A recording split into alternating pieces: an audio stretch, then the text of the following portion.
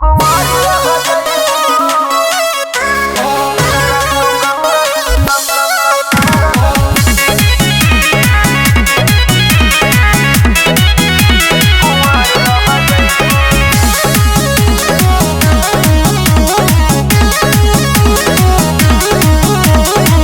से जवान हुई बड़ी परेशान हुई, आशिक तो मेरे हजारों हैं।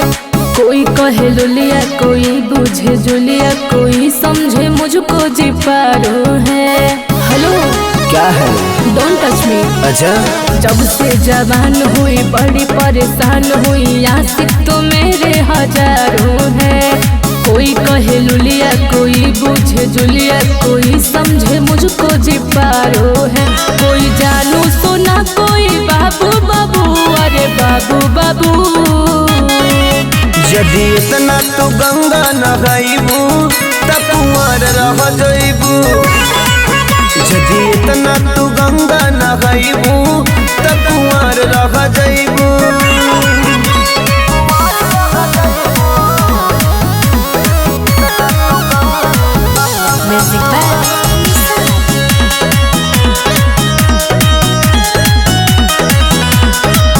देख के मोर गोराई के रंग हो, होई जाला दीवानन में जंग हो।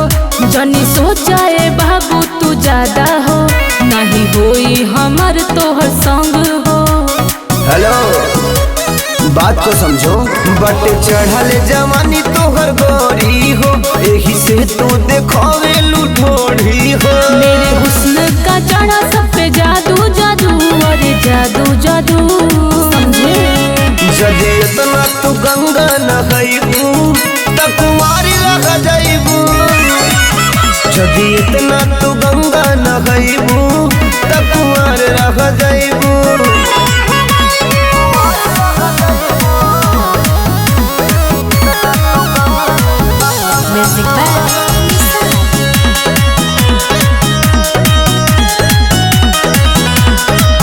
जब ले रही जवानी के एजेंसी हो, तब ले लूटब सबके करेंसी हो।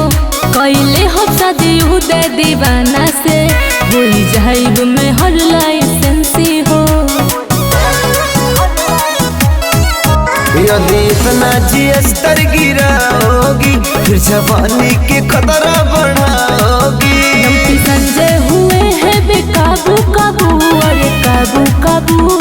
जलवा बा हमार। यदि इतना तू गंगा नहाइबू तब कुंवर रह जइबू।